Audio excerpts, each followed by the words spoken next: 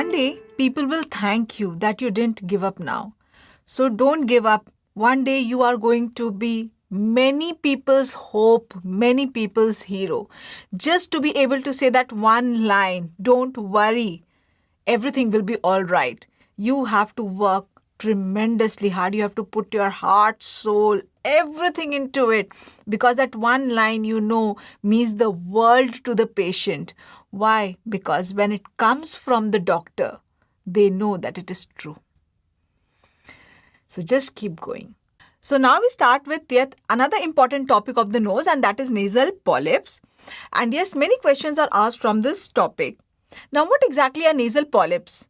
Yes, nasal polyps are polypoidal nasal mucosa, which has occurred because of edema of the nasal mucosa. Edematous nasal mucosa outpouches as polyps.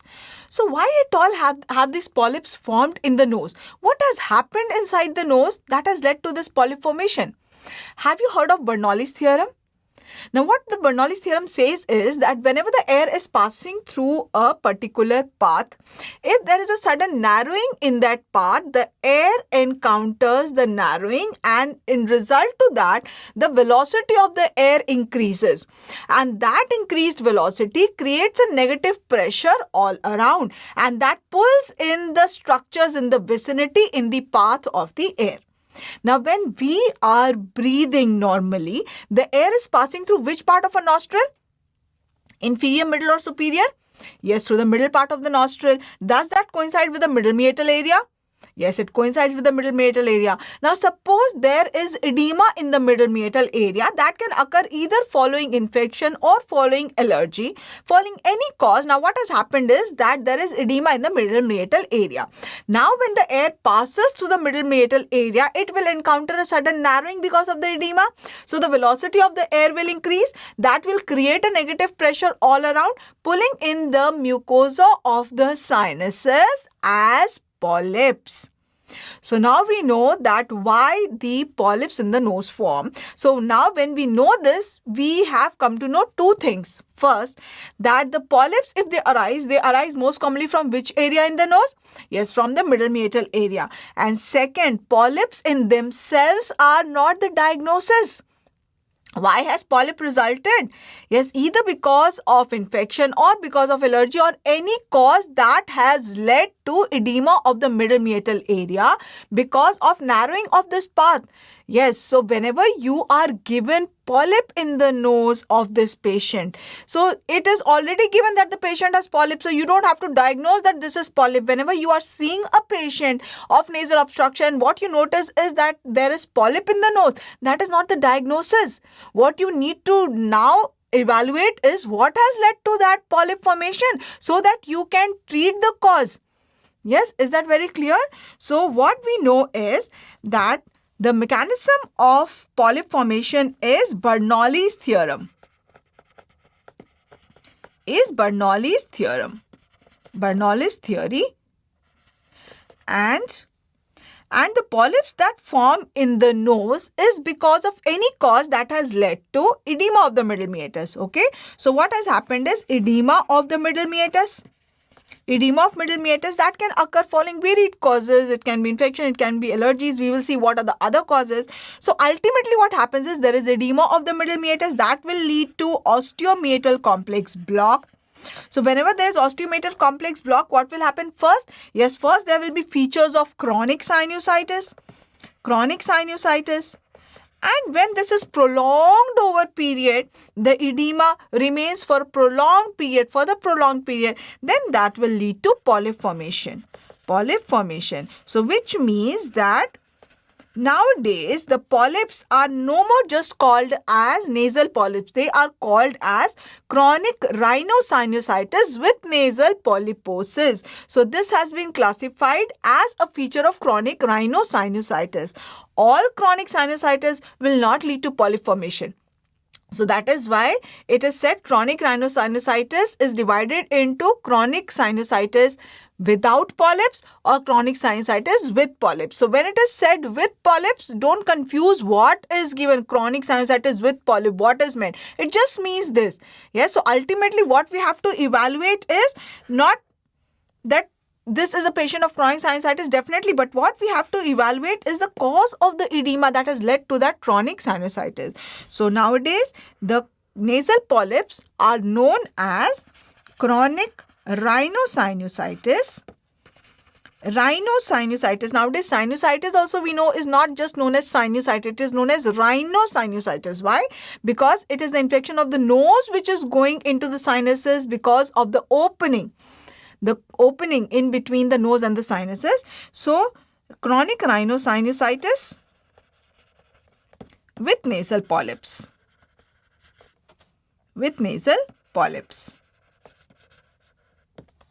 Now, the nasal polyps can be either unilateral, they can be either bilateral, they can be seen in children, they can be seen in adults, which means that in adults there can be unilateral nasal polyps, in adults there can be bilateral nasal polyps.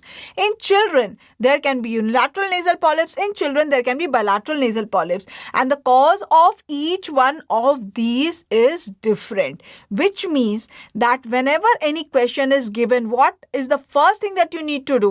Yes, you need to see whether it is, what is the age of the patient, whether it is a child, whether it is adult.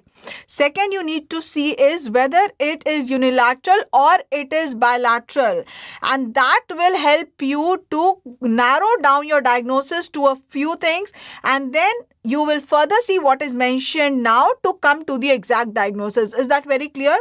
So we have very beautifully organized it so that it becomes very easy for you to diagnose. So this is how you will approach whenever any question of polyp or whenever any patient of polyp you are seeing.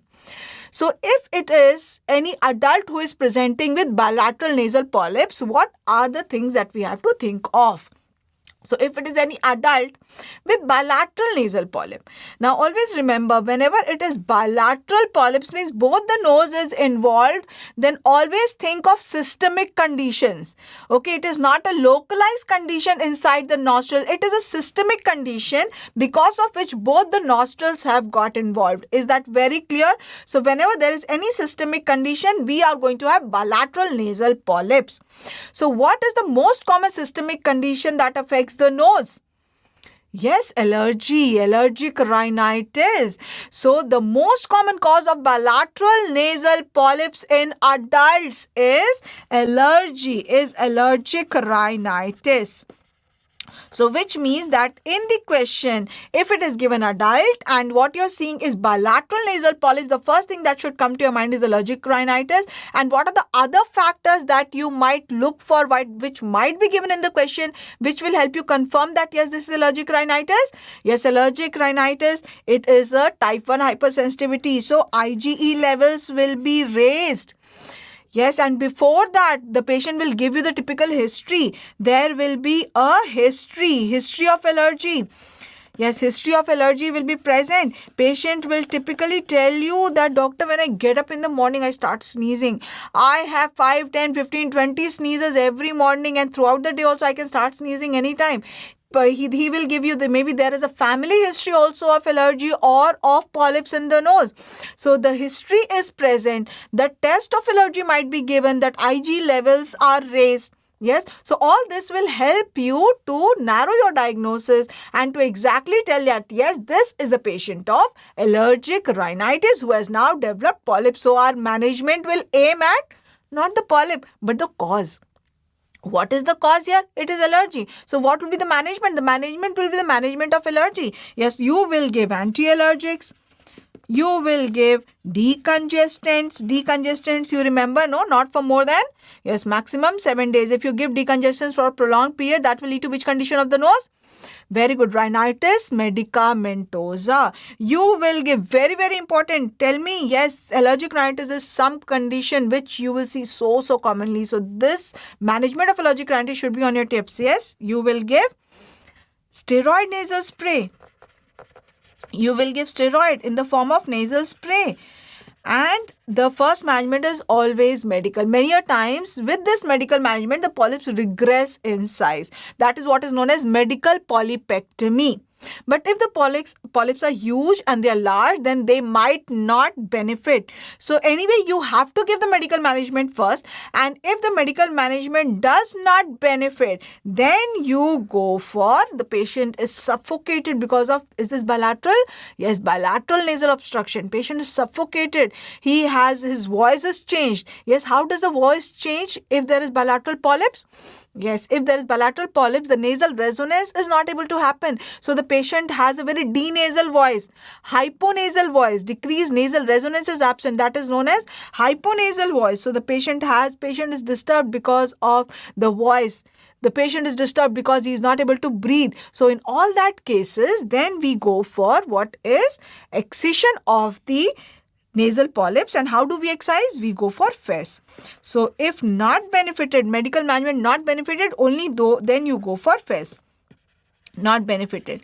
Now, by FES, what are you doing? Are you treating the allergy there? No, what we are doing is relieving the patient of the symptoms that is disturbing him.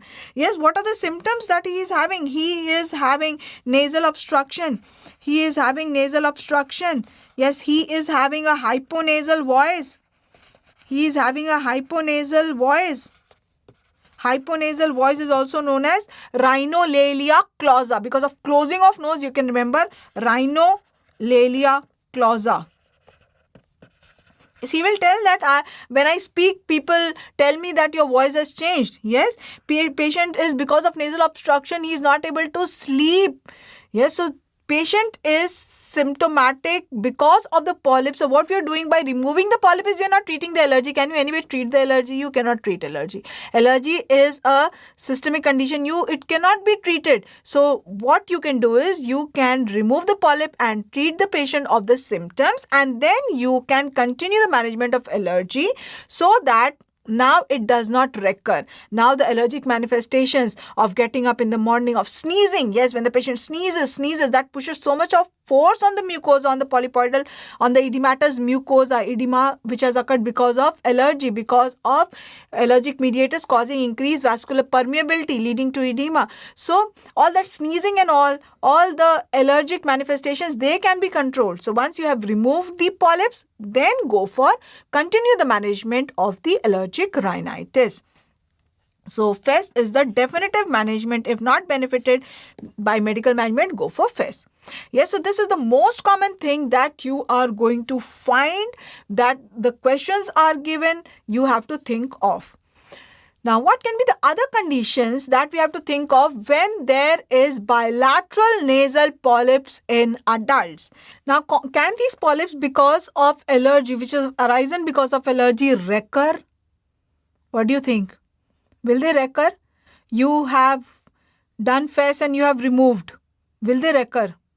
Definitely they will. They will. Why? Because the cause is allergy. So unless and until you give them anti-allergic management prolonged so that all this allergic edema is not recurring, then these polyps will definitely recur. And that is what you need to tell to the patient, that I'm going to do the surgery, but after that prolonged medical treatment of again the anti-allergics of nasal steroid spray need to be continued, because they will recur depending upon the body of the patient. It can be the response of the patient's immunity. It can be a recurrence in as early as 6 months, it can be 5 years, it can be 10 years. So then when you tell them this, the patient will be careful that he has to take the medical management post-surgery also. So yes, the chances of recurrence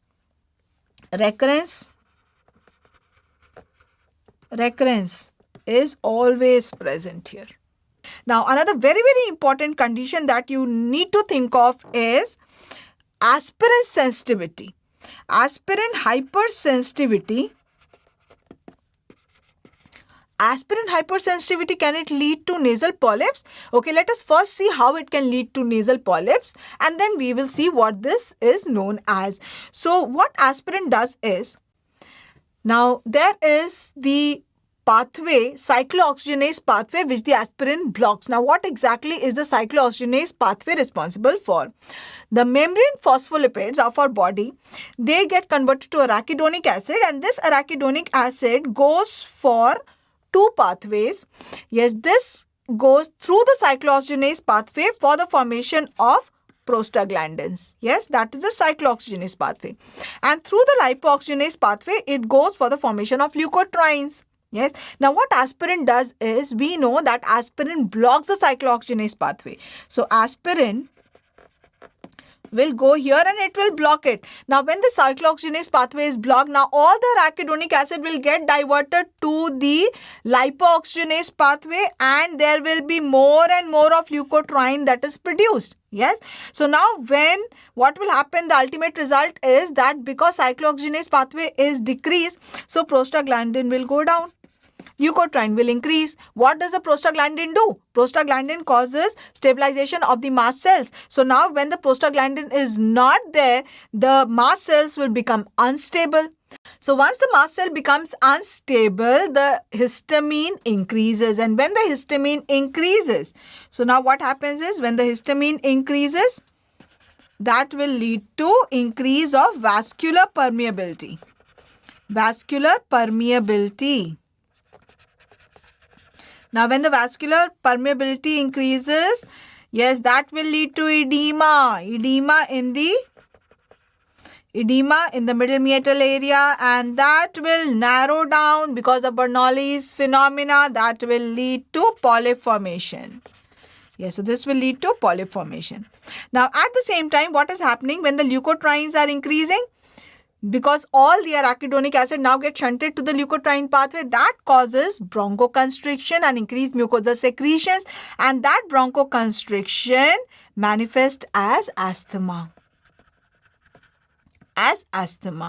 Is that clear? So now we saw that how aspirin sensitivity can lead to nasal polyps.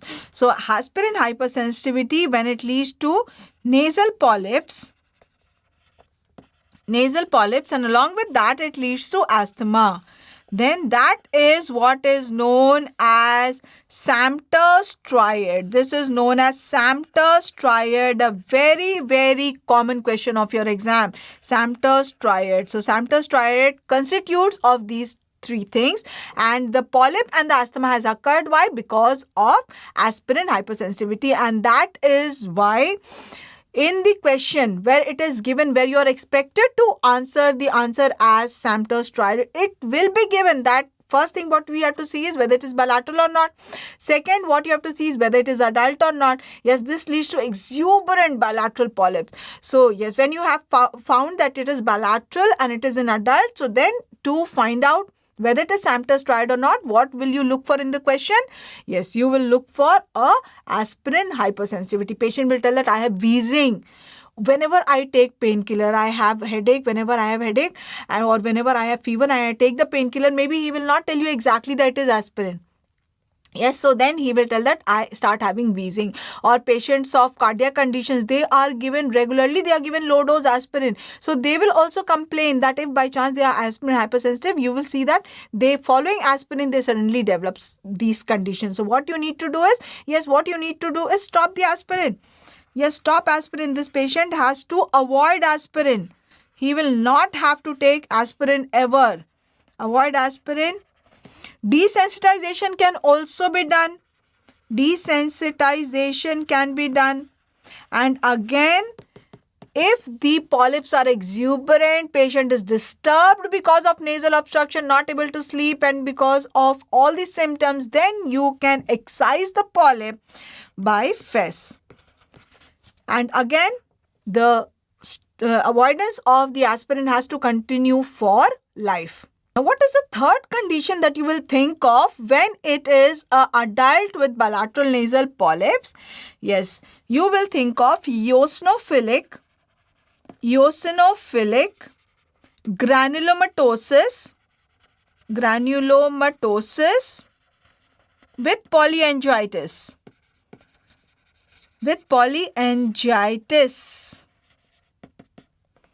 Sounds similar to granulomatosis with polyangiitis. That was Wegener's. Yes. What is eosinophilic granulomatosis with polyangiitis?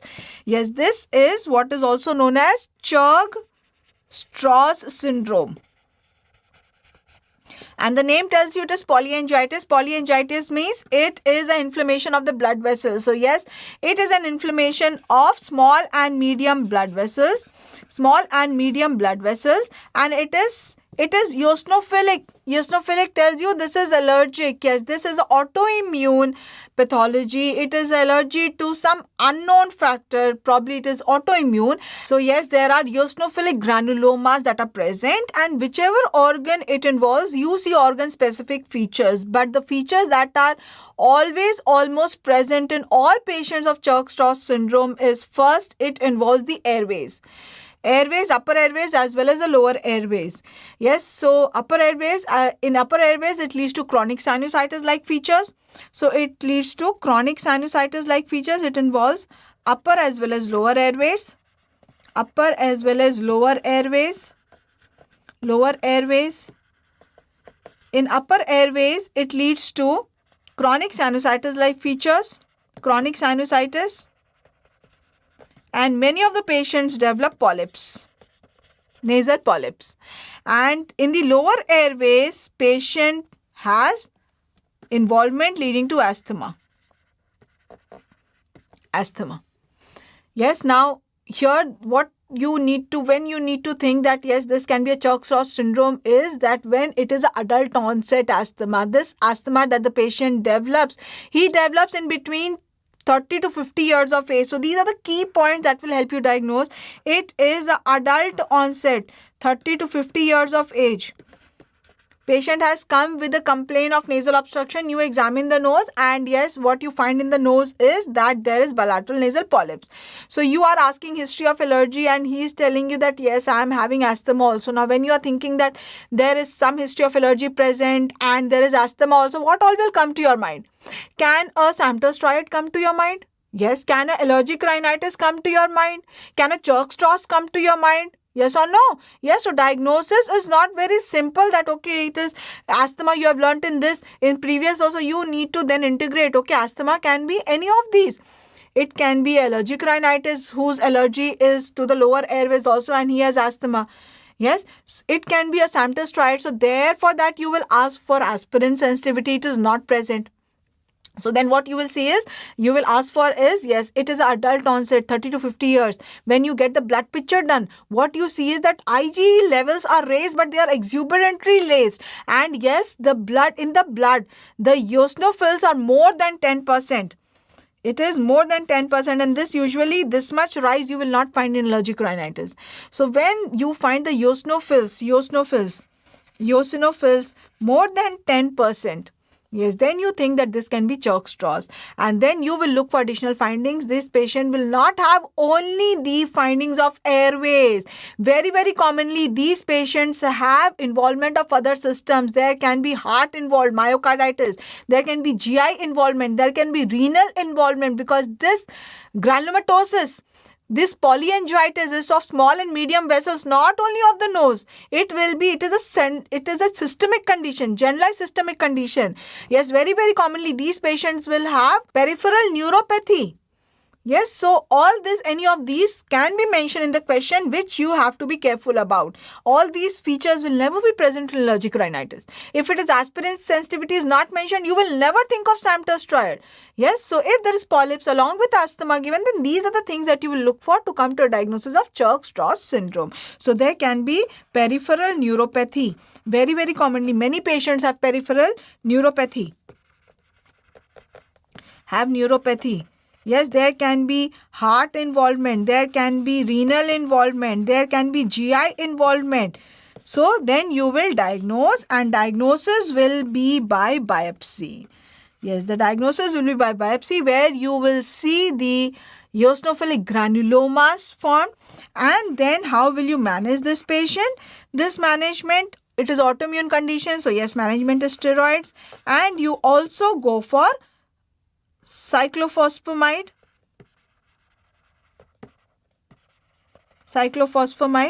Okay, so now what we know is that whenever there is bilateral polyps in adult, when we are going to think of Churg-Strauss syndrome. Now another condition we need to remember when there is bilateral nasal polyps in adults, and that is Young's syndrome. Yes, what is Young's syndrome? Young's syndrome is a very rare inherited condition. It is rare, it is inherited. So definitely when it is inherited, it will not be localized to one side, it will be bilateral inherited condition. And what this Young's syndrome is, it is a triad of chronic sinusitis. This chronic sinusitis can be with or without polyps. So it can be with or without polyps. We know now that polyps are categorized as a feature of, as a continuation of chronic sinusitis. So with or without polyps. Along with that, there is bronchiectasis. Bronchiectasis. And along with that, it is with young, just remember it is infertility. It is infertility. Why infertility? Because of azoospermia. Azoospermia. So you must be thinking that this is an inherited condition. Why it is in adult? Yes, because not until the patient is of reproductive age group and he has been diagnosed as infertility, usually this is diagnosed. Yes, so only when we know that, yes, this is a patient of infertility and along with that there is nasal polyps and bronchiectasis, then we label this as Young's syndrome. Is that very clear now? Yes, so now let me just show you this. What are you seeing? Yes, we know polyps are very pale masses, grape-like masses, pale grape-like masses. Now you are seeing, this is a patient where you are seeing multiple polyps. Yes, in both the nostrils you are seeing multiple polyps.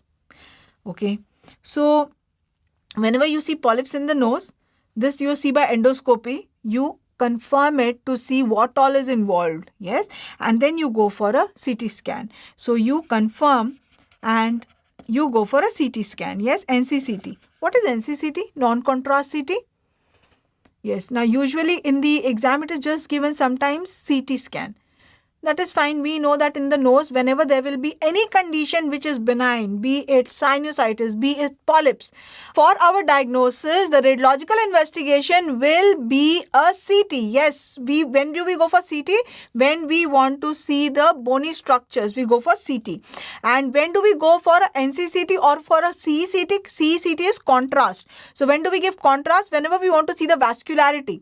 Now in sinusitis or in polyps, do we want to see the vascularity? No, we want to see the osteometal complex area. We want to see what all sinuses are involved so that it will help us in deciding whether this patient will benefit by medical management or not, or if at all we have to go for surgical management, what all do we have to approach. So then we don't need a contrast here. So you can just go for a NCCT. So what you are seeing here in the NCCT, you have got a NCCT done in this patient who came to you with nasal obstruction. You saw bilateral nasal polyps and this patient is an adult, maybe a 30 years, maybe a 40 years, maybe 45 years, adult with bilateral nasal polyps. Okay, and you have got the CT, and yes, what you're seeing in CT, maxillary sinus is involved, the ethmoids are involved. Yes, and yes, the polyp is also coming into the nose. So there is bilateral nasal polyps.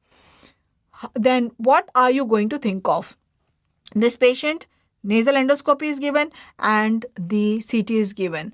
The age is mentioned, the patient is adult. Now tell me, what are the things that have come to your mind? Tell me. Yes, most commonly the first thing that you will think of, very good, allergy. Tell me more. Yes, if in the question is given the patient is sensitive to aspirin, taking aspirin develops wheezing, then Samter's triad. Quickly tell me, what is a triad? What is Samter's triad? Yes, many a times it is just asked. Samter's triad consists of these three. Which three? Yes, sir. Samter's triad is aspirin sensitivity leading to what? Two things. Yes, you just saw why it occurs, how it occurs. So, which two things? Yes, in the upper airways, it leads to nasal polyps. In the lower airways, it leads to asthma. Okay, so if it is an adult where there is asthma also with this presentation in the patient, there is asthma also, it is adult onset asthma, eosinophils are more than 10%, other systemic general involvement also, then what are you going to think of? Yes, Churg-Strauss syndrome. And if this is a patient of infertility, then infertility is mentioned in the question. What is now your diagnosis? Yes, Young's syndrome. Quickly tell me, what is the Young syndrome? What is the triad of Young syndrome? Yes, Young syndrome is chronic sinusitis. Yes, can be with polyps also, and bronchiectasis, and along with that, infertility or azoospermia. Is that very clear? So now if there is any question with bilateral multiple polyps and in adult, now you know only these 4, nothing else you have to think of. Is that very clear? Okay, now if it is the same presentation, okay, there is bilateral nasal polyps. On endoscopy, on CT you are confirming, but the age that is mentioned is not an adult, it is a child. Now you are not going to think of those 4 things, ruled out, okay? Those things are not to be thought of. Now what do you have to think of? Now you have to think of 2 conditions only. Which 2 conditions? First is cystic fibrosis. Cystic fibrosis. So how cystic fibrosis is leading to polyp formation and why bilateral? We know cystic fibrosis is not a localized condition. What is that? Yes, it is an inherited condition. It is an autosomal recessive condition. Yes, it is because of mutation on the chromosome.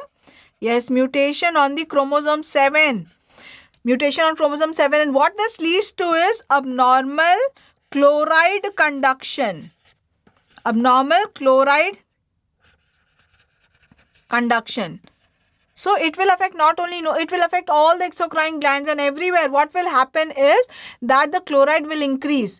What this does is it leads to thickening of the mucus. It leads to the mucus, the secretions becoming very thick, becoming very viscid. So this is also known as conduction. So this leads to thickening of mucus. So it is also known as mucoviscidosis. Mucoviscidosis. So many a times when cystic fibrosis, you are supposed to answer cystic fibrosis. It's a child where bilateral nasal polyps, when you are seeing, in the choice cystic fibrosis is not there. What is given as mucoviscidosis. Mucoviscidosis. And any doctor who is sitting in the ENT OPD should know this. Any child with bilateral nasal polyps, the first thing that should come to your mind is cystic fibrosis. Why? Because cystic fibrosis, children of cystic fibrosis, they first come in ENT OPD with nasal complaints. Yes, and it is then if you diagnose, the diagnosis has been made very, very early. And how is that important? Yes, if you have made the diagnosis early, then you know that the complications can be prevented. Complications can be diagnosed very, very early in this patient. What complications do children of cystic fibrosis land up into? Yes, recurrent lung infections. So then you know that any child who has been diagnosed of cystic fibrosis, even if the child is having little cough, don't ignore it as just an allergic cough. You know that you have to give antibiotics. Yes, against which organism? If I ask you cystic fibrosis, you will read in detail in, it's a systemic condition. Yes, so you will read in detail in medicine. So you will give antibiotics again. There it is Pseudomonas. Yes, repeated lung infections. This patient can have, because of mucoviscidosis, patient can have pancreatitis. Patient can have intestinal obstruction. So if you know little stomach ache also, don't ignore it. Can be an intestinal obstruction. So we need to know that any child with bilateral nasal polyps, always investigate the patient for cystic fibrosis. How will you investigate? Yes, which investigation will you do? Yes, we will go for sweat chloride. Sweat chloride. And we will see that the sweat chloride is tremendously raised. Normally it is less than 30 milliequivalents. Here it is more than 60 to 70 milliequivalents. Milliequivalents per liter. Yes. So this is, you have confirmed that there is cystic fibrosis. And yes, if the child is disturbed because of the polyps in the nose, they are causing a lot of distress. That again, for removal, what do? Yes, functional endoscopic sinus surgery. Whenever you approach the sinuses to restore the function of the sinuses of ventilation and drainage, that is functional endoscopic sinus surgery or FES. Or FES. Now the second condition that you need to think of when it is bilateral multiple polyps in children, then or in young, then this is a primary ciliary dyskinesia. Primary ciliary dyskinesia. Now what is this? Yes, this is another name for Cartagena syndrome. And yes, it has been asked many a times by the name of Cartagena syndrome in your exam. Cartagener's syndrome. This is very similar to Young's syndrome. Young's syndrome. Yes, but the difference, what is the similarity? Let us see that. Yes, so similarity is there is chronic sinusitis. Okay, what was the second feature of Young syndrome? Yes, along with chronic sinusitis, that can be with polyp, that can be without polyp. So that can be with polyp also. Chronic sinusitis with bronchiectasis. Yes, bronchiectasis. What was the third in Young? I told in Young, remember as infertility, azoospermia. Yes. So here, because of ciliary dyskinesia, what is occurring is there is dextrocardia. The difference between the young, remember that is Young. So that is something to do with reproduction. That is azoospermia. This is dextrocardia. This is dextrocardia, or it is known as situs inversus. Situs inversus. And yes, again, this is a autosomal recessive condition. Yes, so what we are seeing is that whenever there is bilateral involvement, then we are going to think of systemic generalized conditions. Yes, in adult, we know what we have to think of. In children, what we have to think of. Yes, so now we have this child who has come with nasal obstruction. What you see in the nose is on endoscopy bilateral multiple polyps, and yes, that has been confirmed on CT. What you are seeing is bilateral multiple polyps. Okay, so now tell me, what all will you look for in the question? What you now have only two things in your mind. Yes, you don't have to think so many things. Only two things now you have in your mind. Yes, it can be either cystic fibrosis or it can be a Cartagner's syndrome.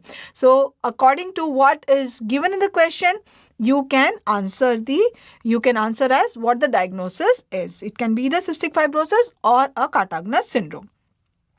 So now quickly tell me, if it is an adult with bilateral nasal polyps, yes, keep your pen down. Yes, tell me, adult with bilateral nasal polyps. Yes, first thing, what are you going to think of? Always generalized or systemic conditions. Is that clear? No localized condition. Okay, so now tell me quickly. Adult with bilateral nasal polyps. First, allergy. Yes, allergic rhinitis. Second, what you have to think? That is the most common allergic rhinitis. Rest are rare. They are not very common. Yes, Samter's triad. Aspirin sensitivity, then Samter's triad. Adult onset is asthma, eosinophils, peripheral eosinophils in differential count more than 10%. Then Church-Strauss syndrome, infertility, then Young's syndrome. If it is young or if it is child with bilateral nasal polyps, then we have to rule out cystic fibrosis. Yes, and if it is associated along with that bronchiectasis, chronic sinusitis, only these three things are present. Bronchiectasis, chronic sinusitis, and along with that there is situs inversus. Yes, then we have to make the diagnosis as Cartagner's syndrome.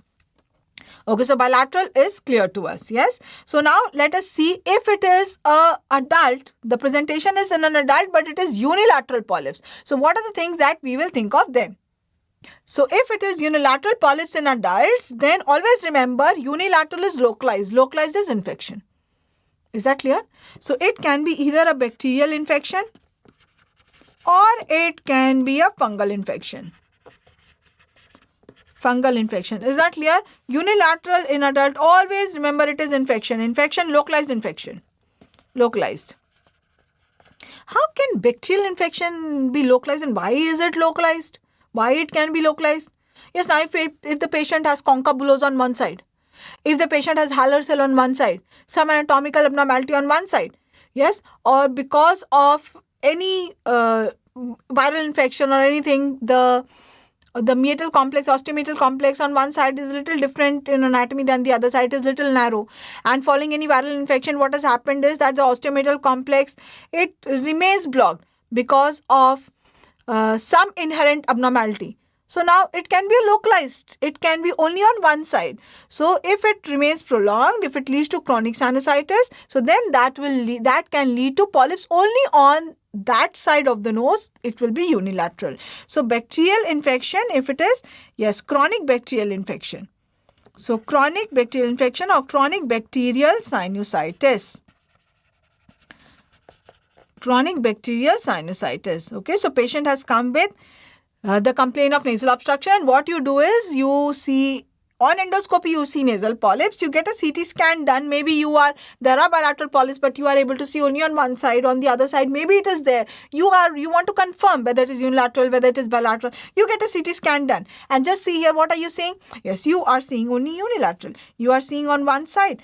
Yes, it is involving the maxillary sinus also. It might also complete, but only on one side. The other side is absolutely perfect. So now what will you think of? Yes, you will think of bacterial chronic rhinosinusitis. Okay, so you will think of bacterial cause. So now how will you manage this patient? How will you manage this patient? Yes, now for management, we know that any bacterial chronic rhinosinusitis, always the first management is medical. Yes, so the management will be, here the management will be medical management. Management will be medical. Always first management is medical. Okay, first is always medical. Medical management, you will give antibiotics, you will give decongestants, again you will give steroids, nasal spray. Yes, don't think that infection, why we are giving steroid nasal spray. Now here in the nose, I told you in most of the conditions we give steroids in the form of nasal spray. Why? Because we know that everything has resulted following what? Everything has resulted following the edema of the middle meatal area or edema in the nose. Now if it is little, now in this image that I showed you, it is very exuberant. It is unlikely that medical management will help, but we do not know. So we have to give medical management at least for 1 month. Give medical management at least for 1 month. Yes, and if no benefit, steroid nasal spray. And if at least for 1 month and no benefit, then you will have to excise all the polyps, so that now the patient is relieved of the symptom which is not getting benefit by medical management. So if no benefit, then you go for the surgical management, and that is again functional endoscopic sinus surgery. So what is the other thing that you have to think of whenever there is unilateral nasal polyps in adults? Yes, I told you whenever there is unilateral nasal polyps in adults, think of infection, either bacterial or fungal infection. Okay, so the other thing that you have to think of is a fungal infection. And what fungal infection? Yes, allergic fungal sinusitis. Allergic fungal sinusitis. Okay, so now allergic fungal sinusitis, why is it involving only one side of the nose? Unilateral multiple polyps. And what is et al is allergic fungal sinusitis? Why et al has fungus gone and led to all the sinusitis? Okay, now just listen and understand this first. Now whenever we are breathing in, so if in the surrounding air there is a lot of fungus, then we will inhale that fungus. So when we inhale that fungus, then there are two possibilities now, that we inhale the fungus, we also exhale the fungus out. The second possibility is that the fungus has gone inside, it has got entrapped in the sinuses, and now it is not able to come out. Now, if it has got entrapped, and if the person in whom it has got entrapped is allergic, is atopic to that fungus, then what will happen is that the patient's immune response will elicit a severe allergic reaction, and that will be a local allergic reaction. That fungus will elicit a allergic reaction. It will be a local, like a local foreign body against which that particular area of the body is responding against it. So that will lead to, that allergic reaction will lead to a lot of eosinophils in the secretions. That will lead to the secretions becoming very thick, very viscid. That is what is known as mucinous, thick sticky secretions, mucinous secretions, and that will block the osteometal complex area, that will block the drainage of the sinuses, and that in turn will lead to edema, which will lead to polyp formation gradually. So that is what happens whenever there is a allergic reaction to the fungus that is inhaled. So yes, that is usually unilateral, because it is not necessary that whenever we inhale, the fungus that gets entrapped will get entrapped. If it gets entrapped, will get entrapped in both the sinuses. So yes, that can be a possibility that it can be bilateral, but usually it is unilateral. So whenever it is any adult with unilateral multiple polyps that we are seeing in the nose, then what we have to think of? We have to think of either bacterial or fungal. So what are the things which will help us diagnose in the patient that this is fungal? Yes, let us see.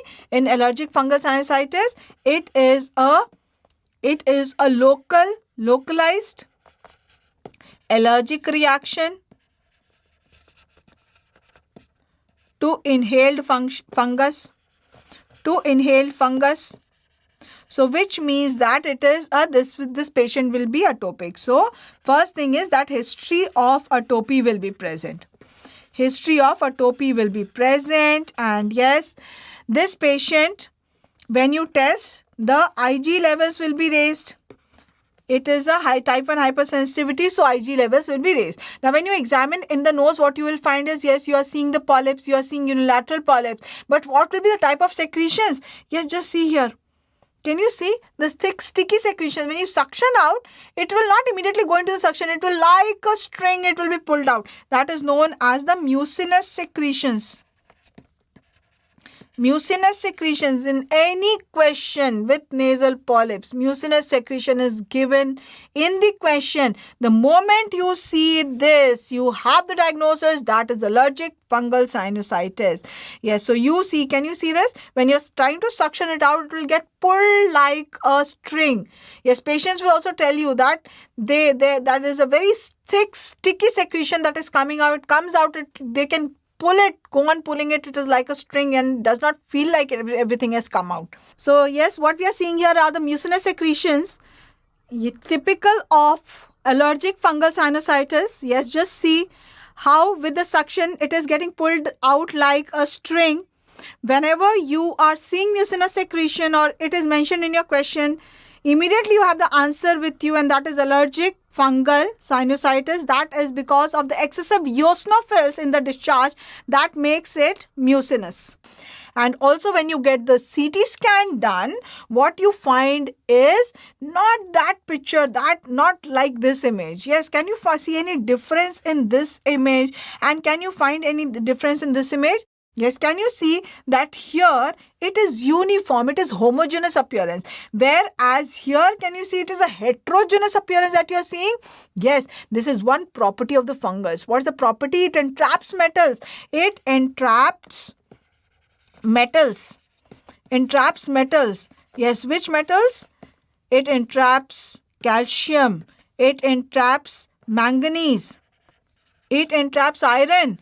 And that entrapment gives this heterogeneous appearance in the CT. And this heterogeneous appearance is known as, yes, this you need to remember, very, very commonly asked question. This is known as a double density sign. Double density sign, or it is also known as rail track appearance. Rail track appearance. Is that clear? So if in the question is mentioned double density sign on CT, or this CT has been given to you so many number of times in the exam, and the moment you see the CT, you know the diagnosis. The diagnosis is allergic fungal sinusitis. Yes, so either the diagnosis is asked or what is asked is the management. So it is understood that you have made the diagnosis and what is asked is the management. So what are the factors that you will look for to make a diagnosis? So what have we written down? Yes, for allergic fungal sinusitis, there is a criteria which is known as Bent and Kuhn diagnostic criteria. So there are 5 major criteria in this, and all the 5 need to be present for you to diagnose that this is the patient of allergic fungal sinusitis. In your exam, maybe all the 5 is not given. Maybe only just mucinous secretion is given. Maybe only just heterogeneous appearance or double density sign is given. Now, when this appearance was given to you, double density sign, and what was asked once, it was asked that what is this appearance that you are seeing in CT? No history was given, just this appearance on CT. Yes, so in which paranasal sinus condition will you see the heterogeneous appearance in CT? Yes, that is the allergic fungal sinusitis. And what was asked was, what is the appearance that you are seeing in the CT? And the choices, look at the choices. One was double density sign. One was onion peel appearance. One was a ground glass appearance. Okay, now when you do not know, the moment you see, immediately it should be in your mind that yes, PNS CT with a heterogeneous appearance, it has to be only allergic fungal sinusitis, double density sign. But when your mind does not know, then you start looking at the CT. Okay, onion peel, yes, can be. Ground glass, maybe. Double density, yes, maybe. Then let me do inky pinky ponky. That does not work. Yes, so we know that yes, by seeing the CT, we have to have the answer, and then we have to look for that answer in the choices. So yes, what is the Bent and Kuhn diagnostic criteria? Recently was a question that which of the following is the major criteria of allergic fungal sinusitis. So yes, first is that this should be a atopic patient, so Ig level should be raised. Ig level should be raised. Second, patient has come with what complaint? Nasal obstruction. When you do endoscopy, what you see is nasal polyps. You have to have nasal polyps for allergic fungal sinusitis diagnosis. Yes, and the nasal polyps, along with that, what's the type of discharge? Mucinous discharge.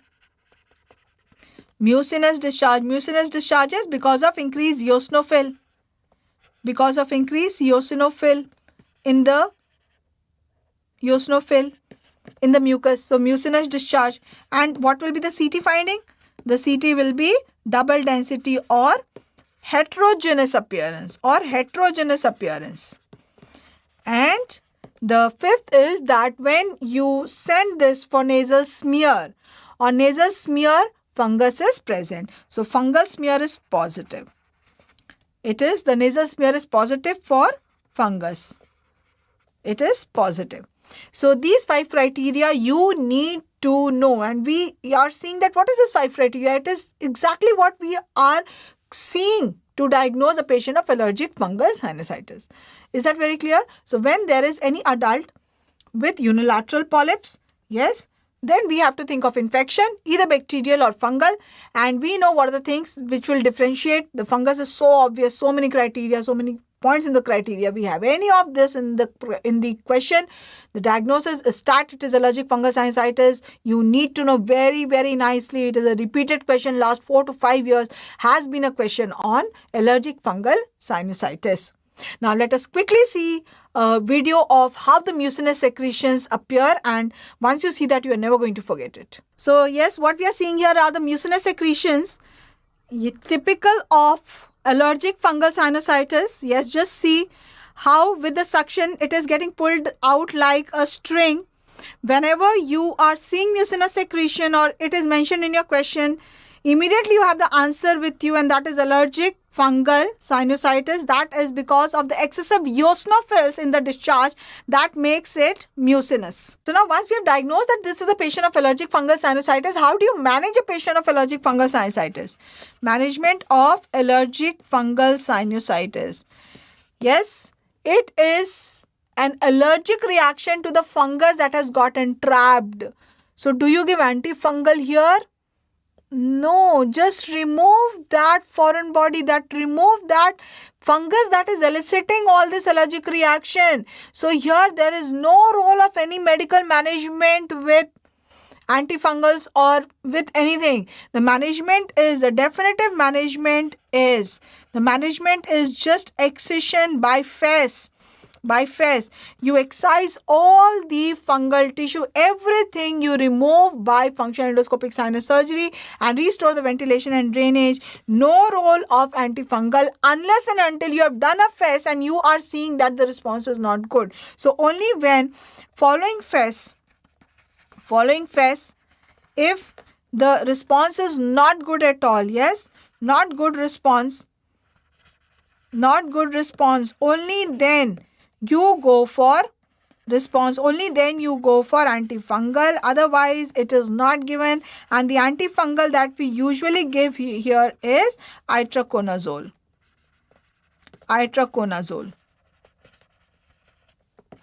And also we need to remember is that we do FES, and in the post-operative period we give nasal steroids. Is that clear? Now, why nasal steroids? Because the edema that this fungus causes because of the allergic reaction, it's a very severe allergy to the fungus. So the edema that has occurred is too much. After surgery, once you have removed everything, we want the edema to go down immediately so that the ventilation and drainage can be restored as early as possible. So for that, we give post-operative steroids, that is in the form of nasal spray. Don't think that we are giving steroids when there is fungus. We have removed all the fungus. Yes, and now we are giving the steroids in the post-operative period to reduce edema. Is that very clear? Now, if there is unilateral nasal polyps in young, then what we have to think of? Just one thing. Okay, so if there is unilateral nasal polyp in adult, we just have to think of one thing, and that is antroconal polyp. Antroconal polyp. Yes, what is this? Again, it is because of infection. Okay, so if it is unilateral polyp, be it in adult or be it in children, it is, you have to think of infection. In adult, you have to think of both bacterial as well as a fungal infection. In young, you have to think of only one infection, and that is a localized infection involving only the obstructing only the maxillary sinus ostia. Yes, for example, just see here. Can you see this? In this, what you are seeing is ethmoid is okay. Ethmoid is okay, right? Only the maxillary sinus, only the maxillary, it's some localized obstruction which is leading to involvement of only the maxillary sinus, and that is leading to the polyp arising from the maxillary sinus. So it is known as antro. Antro means it is arising from the maxillary antrum. Maxillary antrum. And it goes to cona. Cona means, what is cona? Can you tell me what is cona? Yes, posterior nasal aperture. So it is growing from the maxillary sinus, it is growing posteriorly. So that is antroconal. Just note here. Can you see this polyp? Can you see this polypoidal mass, this here? Yes. Going behind and obstructing the cona from behind the soft palate, you can see this polypoidal mass hanging down. Yes, and this patient will usually come very late, and don't think that this is some rare presentation in antroconal polyp. Antroconal polyp, usually the patients, yes, young patients, they will come with change of voice. Yes, change of voice. Why change of voice? Yes, because it will completely go and block the cona, so the air will not be able to pass through the nose, and they will have a hyponasal voice. Can you tell me what is hyponasal voice? Known as rhinolalia clausa. Yes, rhinolalia clausa. So there will be rhinolalia clausa, and yes, when it is huge enough, then it can lead to bilateral nasal obstruction also. It is obstructing that midline. Yes, so that will lead to bilateral nasal obstruction. It is rising from one side. But when it goes, so this is something which you get confused. It is rising from one side, it can lead to unilateral nasal obstruction. Since it is growing posteriorly, it will not lead to nasal obstruction unless until it goes to the cona, and there the cona is in the midline. Yes, so it is so huge that it can lead to bilateral nasal obstruction also. So the patient will have these symptoms, and when you get a CT scan done, yes, just see here. Can you see this is the maxillary sinus? Maxillary sinus, you can see the polyp arising from the maxillary sinus and going posteriorly here. Can you make out here? Yes. So it is antroconal, or it is also known as AC polyp. AC polyp. Yes, again see here. See here, this polyp is arising from the maxillary sinus, localized, going into the cona. So this is what is antroconal polyp, and antroconal polyp is seen only in young. Always remember, any young with unilateral polyp in the nose, then always think of antroconal polyp. This is seen only in young. How will you manage this patient? Tell me, how will you manage? Any medical management? This is because of localized obstruction. Localized obstruction to the one ostia, only maxillary sinus ostia. So you will give medical management, but the definitive management is FES. Excision by FES. Any surgery that we do on the sinuses is what is endoscopic sinus surgery with the help of endoscope to restore the function and the ventilation. So it is known as functional endoscopic sinus surgery. So no nasal steroids are given here, just medical management with antibiotics, and if not benefited, then you go for functional endoscopic sinus surgery. No role of steroids. No role of steroids here. Steroids in the form of nasal spray. So we know that if there is a young with nasal polyps, you have to think of only one thing, antroconal polyp. Is that very clear? Okay, so now keep your pens down. Yes. Okay, now this is the CT that is given to you, and the presentation is a 35-year-old male. 35-year-old male. Yes. With history of sneezing. Lot of sneezing. Ig levels raised. That's it. Yes. Okay, allergic rhinitis with aspirin hypersensitivity. Samter's triad. Adult onset asthma, increased eosinophil more than 10% on blood count. Then Churg-Strauss, yes, with infertility. Young's syndrome. Okay, now this is the presentation that is given to you, and this presentation is in adult unilateral multiple polyps. Unilateral multiple polyps, and adult. What will you think of? Yes, what will you think of? Yes, if the CT that is given this along with that. Yes, chronic bacterial sinusitis. If the CT that is given this, then this is allergic fungal sinusitis. Allergic fungal sinusitis. So now tell me, how will you manage this patient? What will you do in this patient? Yes, we will go for FES. Any antifungal required? No. And if in the postoperative period after FES, what do we have to go for? Yes, we have to go for nasal steroid spray. Unilateral nasal polyp in adult. Yes, the CT here is this. What is the diagnosis? Yes, AC polyp or antroconal polyp. Now, there has been a lot of development in the understanding of polyps, why polyps occur, the pathophysiology of what conditions are leading to polyp, and what all we have to think of whenever there are polyps, unilateral, bilateral, in young, in adults, in children. So, before all these were a clear understanding was there, the polyps were just classified as two. Either antroconal polyp. Antroconal polyp meant what I just told you about antroconal, that it is arising from the maxillary antrum through the nose. So it has three parts. From the maxillary antrum through the nose, it is going to the corona. Yes, and that was antroconal polyp. Rest all the polyps which were bilateral and multiple, yes, they were known as ethmoidal polyps. So the polyps used to be categorized as only two types. One is ethmoidal polyp and one is antroconal polyp. So now that classification is no more true. Now recently there has been an advancement in the understanding of the pathophysiology of polyps and also which conditions lead to unilateral, which lead to bilateral, which involve children, which involve adults.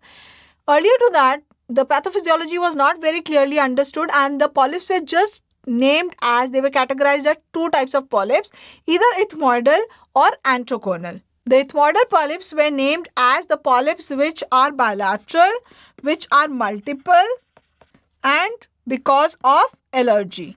Definitely we know allergy leads to bilateral multiple polyps. So that was the only cause that was documented, that allergy. If there is multiple bilateral polyps, then you have to think of only one thing, and that is allergy.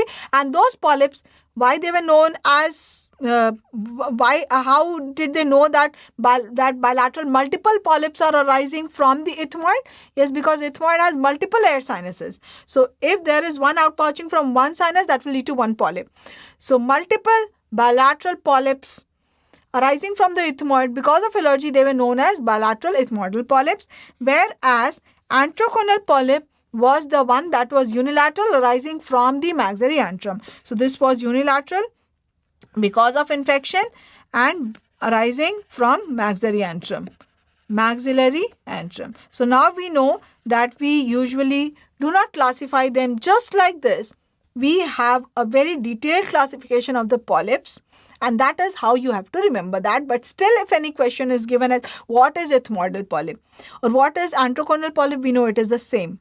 Till now also, we consider it the same. But ethmoidal polyp, if it is just asked which polyp is bilateral, ethmoidal or antroconal, understand that what they are asking you is this classification. Bilateral multiple polyps is ethmoidal.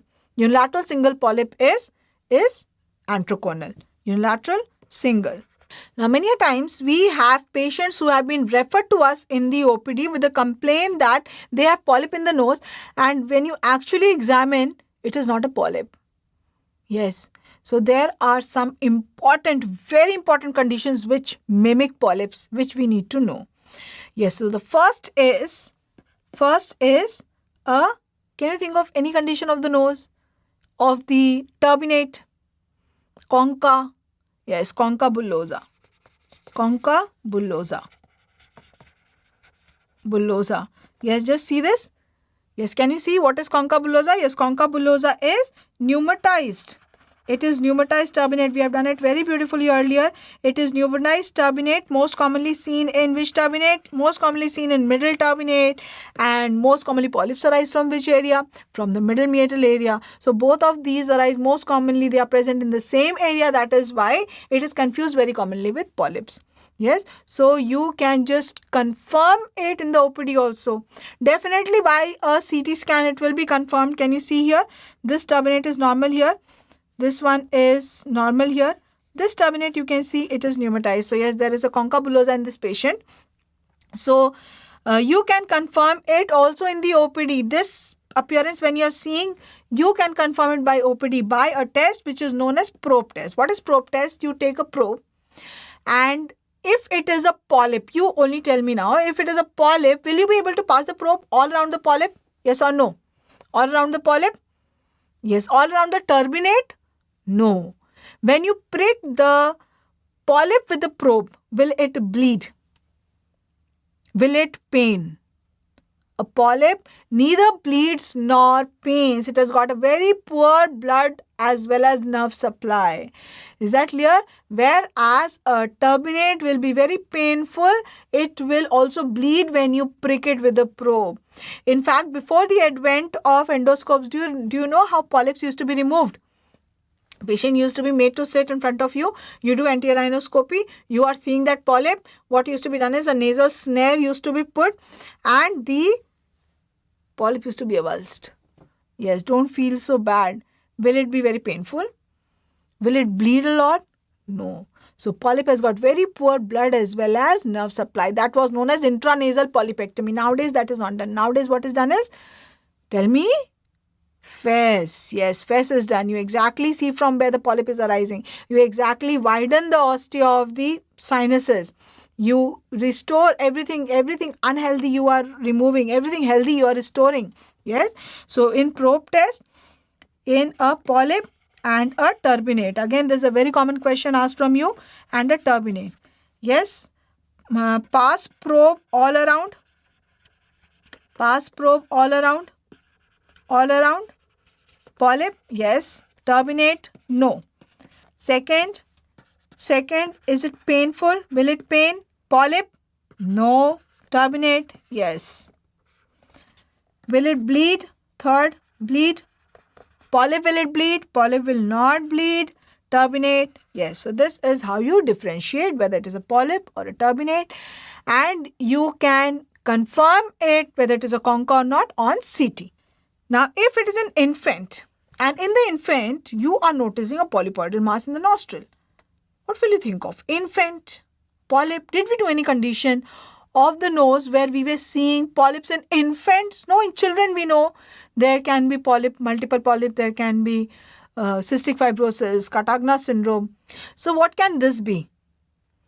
Yes, this can be a meningocele or a meningoencephalocele. So don't think that, okay, in an infant we did not read of any condition. Let me take a biopsy and let me find out what this is. There will be a CSF leak that can lead to meningitis. Yes, so don't do that. Always know that an infant with a polypoidal mass, always with a polypoidal mass in the nostril, always rule out a meningocele. Always rule out a meningoencephalocele. Encephalocele, yes, only meninges or meninges with brain tissue is encephalocele. So can by seeing this mass, you find out that this is a meningocele or meningoencephalocele? Yes. Yes, how? Yes, this will be transilluminant. This will transilluminate. So when with the tip of the endoscope you touch this lights up like a bulb. So it is it will transilluminate. And when the child cries, yes, or when you compress bilateral jugular, so you will see that there is an increase in the size. So that is what is known as Furstenberg test. Furstenberg test. What is this Furstenberg test? Yes, on increase in intracranial pressure, the size of the mass, size of the polyp will increase. And yes, you can confirm it then, not by a biopsy, but by a MRI and a CT. Both will need to be done to see the bony as well as the intracranial structures. So you will do a MRI, no biopsy. No biopsy. Yes. Now, yes, meningocele or meningoencephalocele, usually they present like this. But it is also possible that the external is very little and maybe it is only a polypoidal mass in the nostril that is seen. Or only inside the nostril it is being seen. So this is how you will confirm that it is a meningocele, meningoencephalocele, and it is not a polyp. Polyp can never be there in an infant. Now, if there is any elderly, yes, elderly, where you are seeing a polypoidal mass arising from the middle meatal area, what condition will you think of? Yes, any elderly with a polypoidal mass in the nose, with blood-tinged nasal discharge. Yes, blood-tinged nasal discharge usually is present, but even if it is not present, take it for granted that you have to go for a biopsy to rule out a tumor. Yes, rule out malignancy. So elderly with unilateral polypoidal mass arising from the lateral wall, from the middle meatal area, always go for a biopsy to rule out a malignancy. Invariably, it is a malignancy. Yes, and many of the times, because people just earlier the definition was only if there is any polyp in the nose, it has to be either a ethmoidal polyp or antroconal polyp. Ethmoidal polyp is allergy, so it will not regress, it will recur again and again. Yes, so just leave it. Yes, and then they leave it till they start developing blood-tinged nasal discharge, and that is when they diagnose that yes, this is a malignancy. So always keep that in your mind. Elderly with unilateral, you are seeing a nasal mass, a polypoidal mass arising from the middle meatal area, always rule out a malignancy. It can be inverted papilloma. Does it arise from the middle meatal area lateral wall? Yes or no? Yes. So it can be a malignancy. So now quickly keep your pens down. Okay, quickly tell me if there is any unilateral single polyp in young, what will you think of? Antroconal polyp. Very good. Antroconal polyp. If there is unilateral multiple polyps in adult, what are the two things that you will think of? Infection, either bacterial or fungal. Yes, how do you confirm on CT that this is fungal? What appearance? Double density sign, also known as rail track appearance. What is the typical appearance of the discharge of allergic fungal sinusitis? Yes, it is mucinate discharge. What is the main management of an allergic fungal sinusitis? Yes, you have to go for FES followed by post-operative period. You have to go for steroids. Bilateral multiple polyps in children. Quickly tell me two things. Bilateral multiple polyps in children. Cystic fibrosis. Cartagena syndrome. Cartagena syndrome also known as primary ciliary dyskinesia. Bilateral multiple polyp in adult. Quickly tell me how many things will come to your mind. 4 things. Most common. Allergy. Yes. Aspirin sensitivity. Samter's triad. And if there is adult onset asthma, increased eosinophil on peripheral blood count, Church-Strauss syndrome. Quickly tell me what are the 3 findings of Young syndrome. Chronic sinusitis. Yes, then bronchiectasis. Along with that, infertility. Tell me Cartagena syndrome. Again, same, it is bronchiectasis, chronic sinusitis, and what is the difference? Yes, the difference is in the third, that is situs inversus, dextrocardia. Quickly tell me the triad of Samter's triad. Aspirin sensitivity, nasal polyps, bronchial, asthma. Okay, any unilateral nasal mass arising from the lateral wall, polypoidal mass arising in an elderly, what will you think of? Yes, always rule out a malignancy. Don't think it is a polyp and it is so small. What will you do? Let it be there. No, always do a biopsy, rule out a malignancy. It can be an inverted papilloma. It can be a carcinoma. Yes, and if there is a pneumatized turbinate, how will you differentiate that this is a polyp or a turbinate? Probe test. Will a polyp bleed on probing? Polyp, will it bleed? No. Polyp, will it pain? No. Can you pass a probe all around the polyp? Yes or no? Yes.